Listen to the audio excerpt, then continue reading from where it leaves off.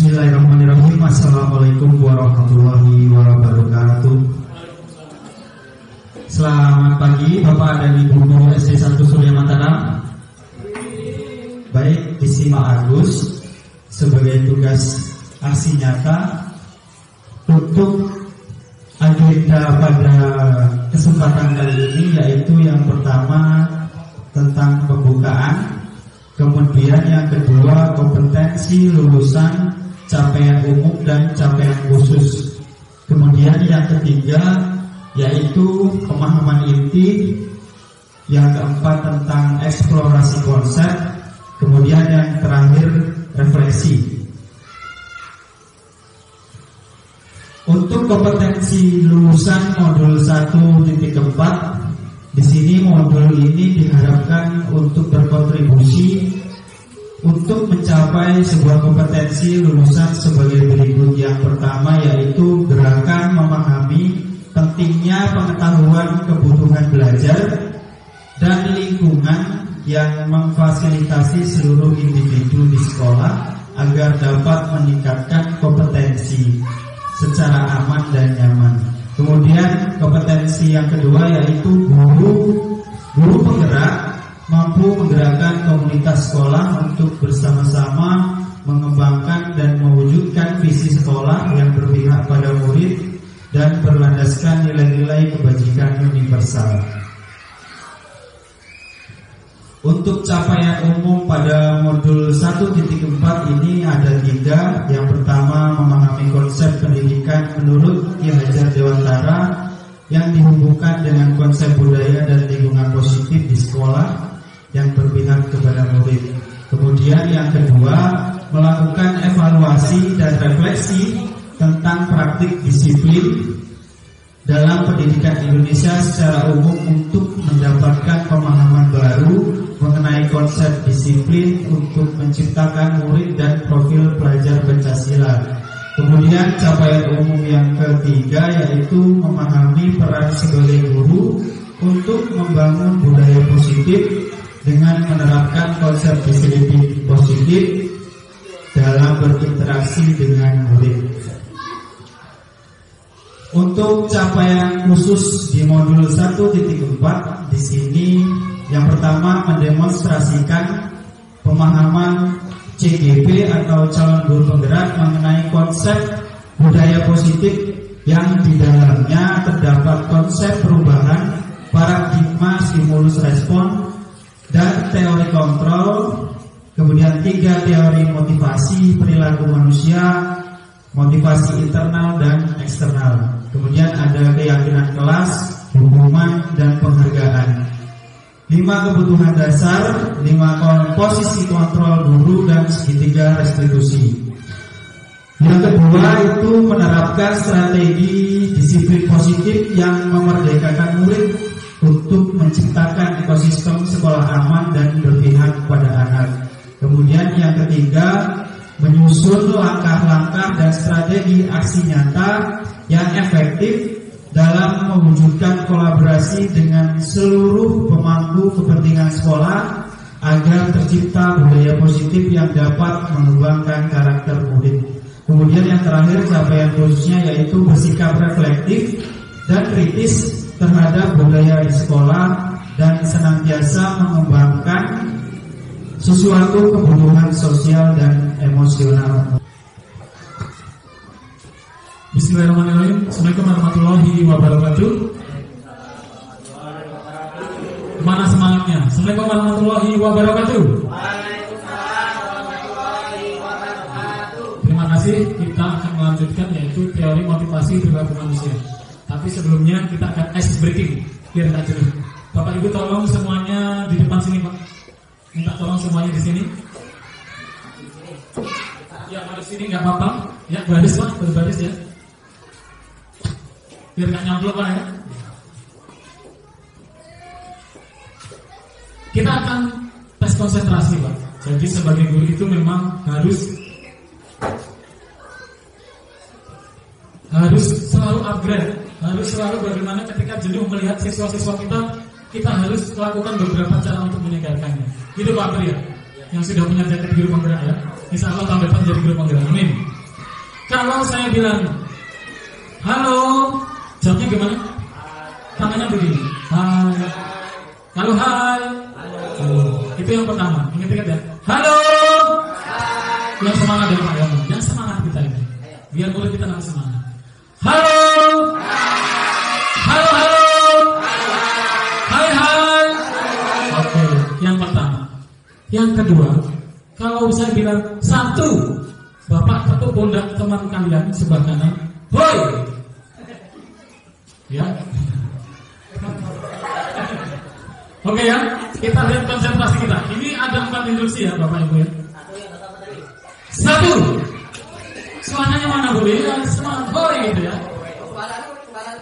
Iya. Satu. Hoi. Satu. Hoi. Oke. Sekarang yang kedua. Kalau kedua, mantap sambil goyang-goyang ya. Belum bisa lihat Pak. Dua, mantap. Ayo dong goyang semangat Pak. Dua, mantap. Oke. Satu. Dua, mantap. Oke. Kalau ketiga, Bapak Ibu pegang dagu temannya. Oke ya. Oke. Tiga. Bisa dipahami ya Bapak Ibu ya. Tiga. Mana dong tangannya Pak Beri sama saya. Kalau 4 kebalikannya. Ai sebelah kiri. Ai. Oke, kita mulai dari pertama. Halo.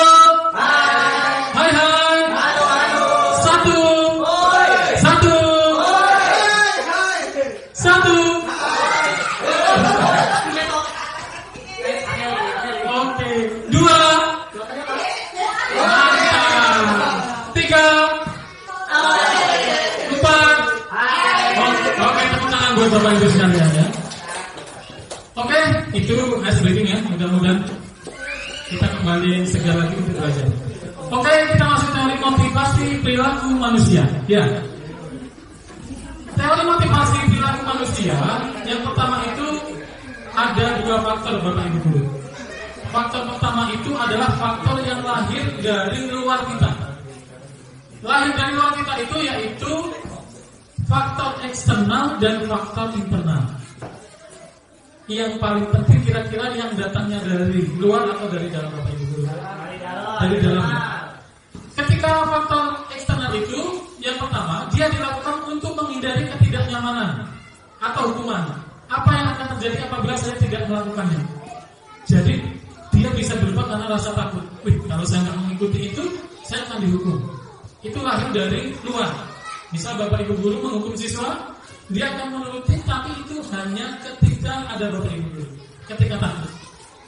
Kemudian untuk mendapatkan imbalan dari orang lain atau institusi, apa yang akan saya dapatkan apabila saya melakukannya? Contohnya, kita berangkat pagi karena ingin dilihat atau dapat imbalan dari Bapak Kepala Sekolah, dari Bapak Kepala Sekolah. Biar saya dinilai, biar saya dekat dengan beliau. Jadi faktor imbalan karena penghargaan. Ketika Bapak Kepala Sekolah atau Ibu Kepala Sekolah itu sudah tidak ada, bisa jadi kita kembali ke asalnya. Berangkatnya di sana-sana di sekolah-sekolah lainnya itu berangkatnya jam 7:30, jam 8. Untuk di SD kita jam 7, Bapak Ibu guru. Alhamdulillah. Jadi karena ada faktor imbalan, kita pernah jam 7 sampai ke pondal-pondal ya Bapak Ibu guru ya. Jam 7 tek di sini sampai siswanya itu sampai pontang-panting. Wih, seru banget ketika kita jam 7 masuk. Kemudian yang paling penting itu adalah faktor yang lahir dari dalam diri kita sendiri, yaitu faktor atau motivasi internal. Untuk menghargai diri sendiri, saya akan menjadi orang yang seperti apa bila saya melakukannya. Jadi kita ke sekolah, kita mengajar anak-anak, kita berkolaborasi dengan teman-teman sejawat, itu tidak ada paksaan. Senang mau teman kita berhalangan hadir pagi, kita tetap bisa berangkat pagi, karena itu faktor adalah faktor internal yang kita bangun tidak serta-merta, tapi untuk menghargai diri kita sendiri.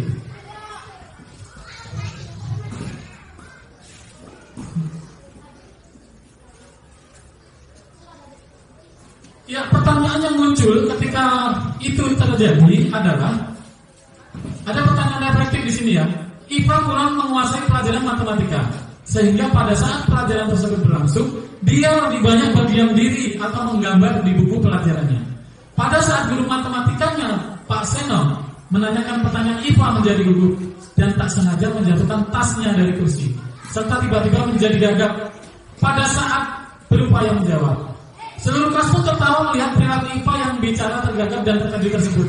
Pak Seno pada saat itu membiarkan teman-teman IPA menertawakan IPA yang tergagap dan malu luar biasa, dan malah minta IPA untuk maju ke depan dan berdiri di depan kelas sambil menunjuk hidungnya karena tidak bisa menjawab pertanyaan Pak Seno. Kelas semakin gaduh dan anak-anak pun tertawa melihat IPA di depan kelas memegang ujung hidungnya. Nah, ini kadang kita tidak sadari ya, menjadi kebiasaan beberapa guru. Jadi ketika siswa kita nggak bisa, guru bukannya melakukan pembelaan atau kegiatan yang mengarahkan kepada pembelaan kepada IPA, tapi justru tanpa sadar menyakiti siswa. Sekarang menjadi pertanyaan, apakah Anda setuju dengan tindakan Pak Seno terhadap IPA? Setuju nggak Pak Bu? Tidak setuju. Mengapa? Mengapa Pak?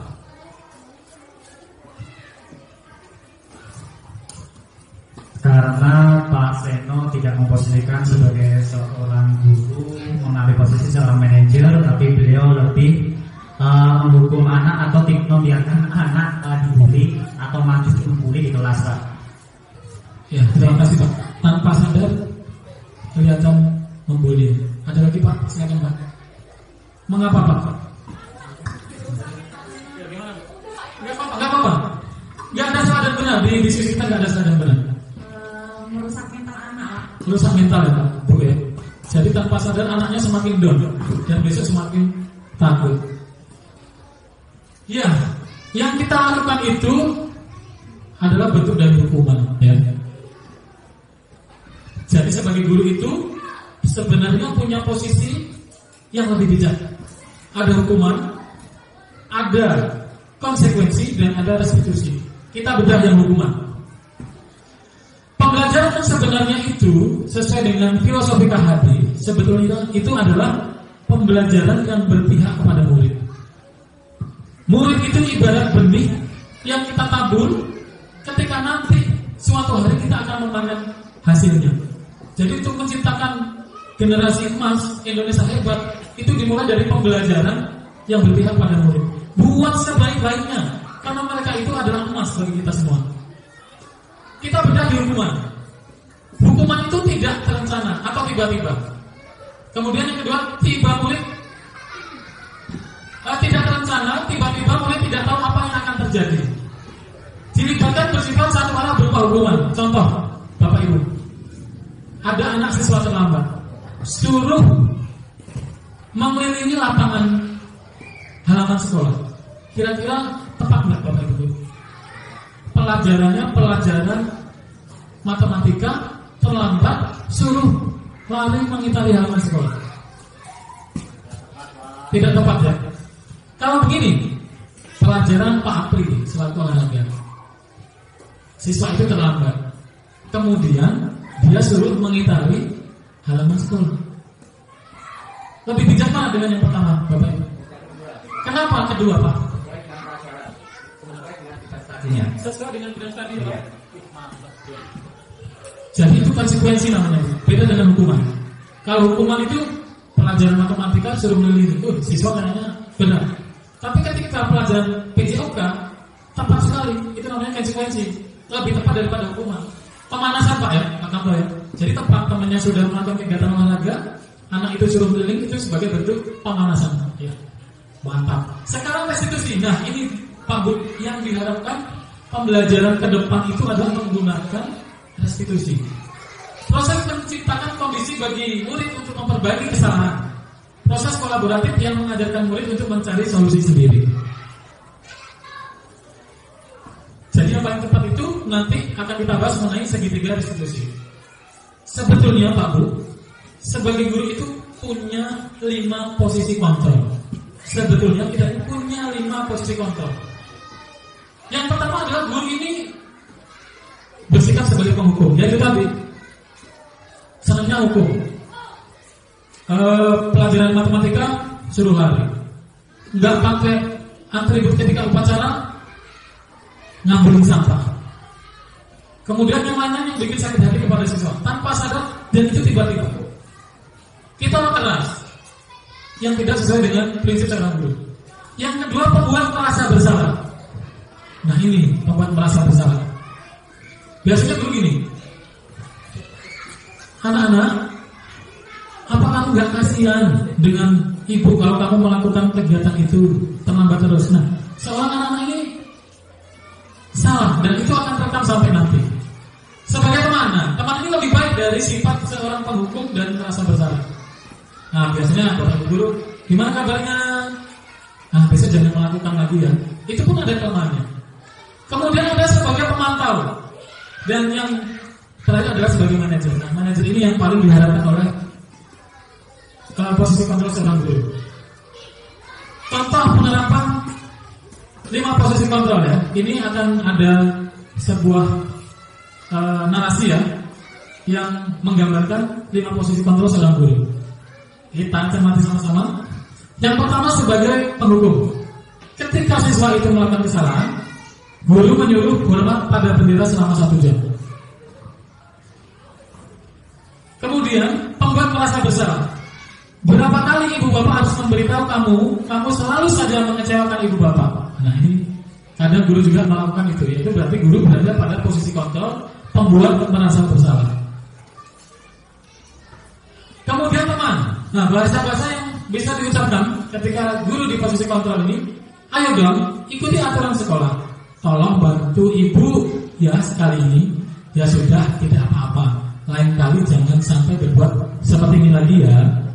Itu bahasa yang dikeluarkan oleh guru. Kemudian sebagai pemantau, bahasa atau narasi yang diucapkan seorang guru biasanya, kamu sudah melanggar peraturan sekolah.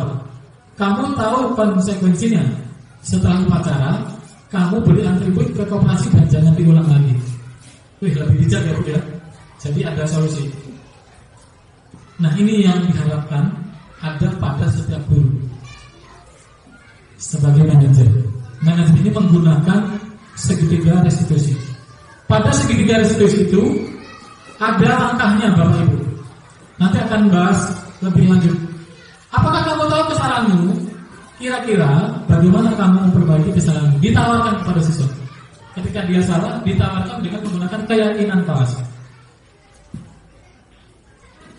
Sekarang Bapak Ibu, sebelum kita masuk ke restitusi yang lebih detail, ada 3 tahapan segitiga restitusi. Yang pertama apa Pak Bayu? Ya, mengidentifikasi masalah. Kita tanya, kita panggil siswanya. Misal nih, kemarin ada cerita anak kita nyontek. Ditanya, kenapa kamu gebrak-gebrak meja? Ditanya, ini loh Pak, saya dituduh mencontek. Padahal saya nggak nyontek Pak. Kemudian, yang kedua, validasi tindakan yang salah. Ditanya, kira-kira nak, kamu gebrak-gebrak meja tuh salah nggak? Iya Pak, salah. Kita juga menyetarakan dengan mereka. Bapak juga pernah berbuat salah loh. Dulu pernah marah-marah, nggak tentu. Terus yang terakhir, kita menanyakan keyakinan. Nah kalau itu salah, nah, kira-kira sebaiknya bagaimana? Oh saya nahan emosi Pak, saya nggak akan mengulangi. Nah itu kira-kira sesuai dengan prinsip apa? Menghormati dan menghargai orang lain. Oke. Sekarang kembali ke slide tadi Pak. Nah kita jawab sama-sama mengenai, ya ini masuk di posisi kontrol yang mana Bu? Ya. Yang pertama Pak tadi sebagai penghukum. Yang kedua pembuat merasa bersalah. Yang ketiga pemantau. Yang keempat manajer. Satu lagi sebagai teman. Nah, bahasa ini masuk ke posisi kontrol yang mana? Saya kecewa sekali dengan kamu. Merasa bersalah. Membuat merasa bersalah. Benar sekali. Kamu tidak pernah benar melakukannya. Salah terus. Merasa bersalah. Pemantau. Apa Bu? Pemantau. Kita lihat jawabannya. Penghukum, nggak apa-apa. Memang belajar itu nggak harus sekali pas. Lagi Pak, wih seru ini. Wih canggih peralatannya. Apa rencana untuk menyelesaikan masalah ini? Nah, apa rencana kamu? Pemasaran, manajer, merasa bersalah? Manajer, kasih tepuk tangan, benar semua ya. Selanjutnya Pak, ayolah lakukan demi Bapak ya. Ayolah lakukan demi Bapak ya. Luar biasa sebagai teman. Selanjutnya, kamu tidak pernah mendapat nilai jika tidak mengerjakan tugas. Kamu tidak pernah. Pemantau, ya, pakai bahasanya lebih datar. Oke Pak, mantap. Sudah paham Bapak Ibu kita luar biasa. Nah, untuk melakukan itu semua Bapak Ibu, kita perlu menyepakati di kelas sebelum ajaran baru. Kita bikin kesepakatan kelas atau keyakinan kelas. Mengapa keyakinan kelas? Mengapa bukan peraturan kelas? Kenapa ya? Keyakinan kelas. Dengan menggunakan keyakinan kelas, peserta didik akan muncul rasa tanggung jawab dan yakin tumbuh dari sendiri. Ditawarkan kepada anak. Nilai-nilainya ditawarkan. Misalnya, kelas harus bersih. Berarti itu ada nilai-nilai kebersihan dan bisa didapat dengan keimanan. Kebersihan adalah sebagian dari iman. Berarti kelas kita, sekolah kita ini harus bersih. Kita tawarkan kepada anak. Setuju? Mereka yang bikin kesepakatan dengan kita. Setuju Pak? Nah, kita masuk ke dalam dulu. Pembentuk keyakinan kelas bersifat abstrak, berupa pernyataan universal. Nilai-nilai kebajikan yang dibuat dalam pernyataan positif sedikit saja agar mudah diingat sesuai dengan kondisi kelas dan sekolah, sehingga mudah diterapkan. Keyakinan kelas harus kesepakatan bersama semua warga sekolah. Warga kelas dilibatkan saat membuat keyakinan. Nah, jadi kita bikin itu bersama. Jadi seandainya anak ada yang tidak memakai seragam hitam putih, kita tanya ke mereka. Seperti keyakinan kelas, kenapa sih seragamnya harus sama, kok kamu beda? Dijelaskan nilai-nilainya. Nilai persamaan martabat. Kalau beda menandakan ada perbedaan kasta. Kalau merah putih, semuanya tidak ada perbedaan. Nah, ini segitiga restitusi yang kita sedikit sambil di depan tadi. Segitiga restitusi adalah suatu proses dialog yang dijalankan oleh guru agar dapat menghasilkan murid yang mandiri dan bertanggung jawab. Menstabilkan identitas ditanya. Kemudian validasi tindakan yang salah. Kenapa? Kita juga mengibaratkan yang sama. Dan yang terakhir, keyakinan apa? Contohnya, menstabilkan identitas berdasarkan prinsip pembuat kesalahan adalah bagian dari proses pembelajaran. Nah, validasi kesalahannya.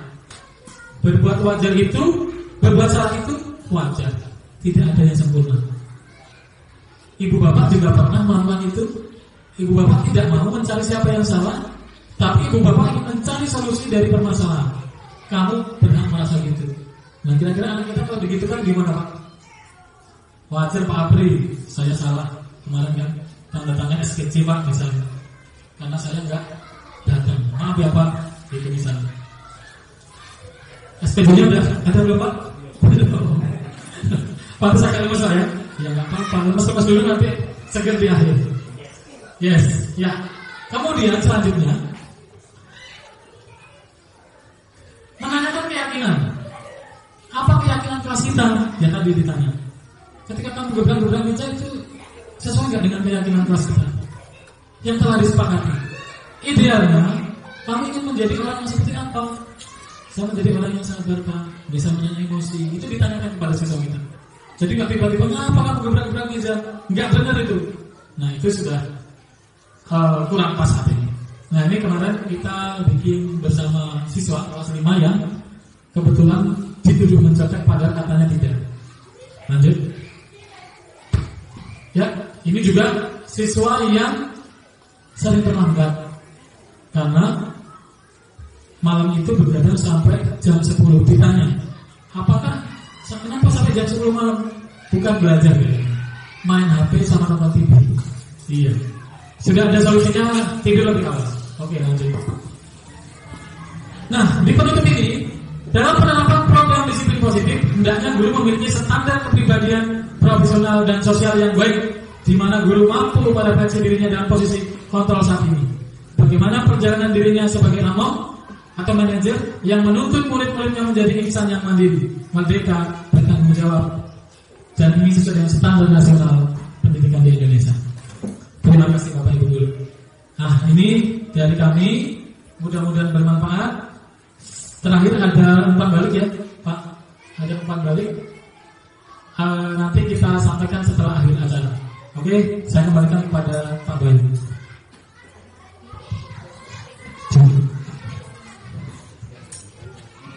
Oke, mungkin mempresentasikan tadi, kita sebagai seorang pendidik bisa menjadi pendidik yang lebih baik dan bisa menerapkan program restitusi yang bisa membuat anak tidak menjadi terjerat atau membuat anak bisa mencari solusi dengan kita membantu, mengarahkan dan menemukan solusi.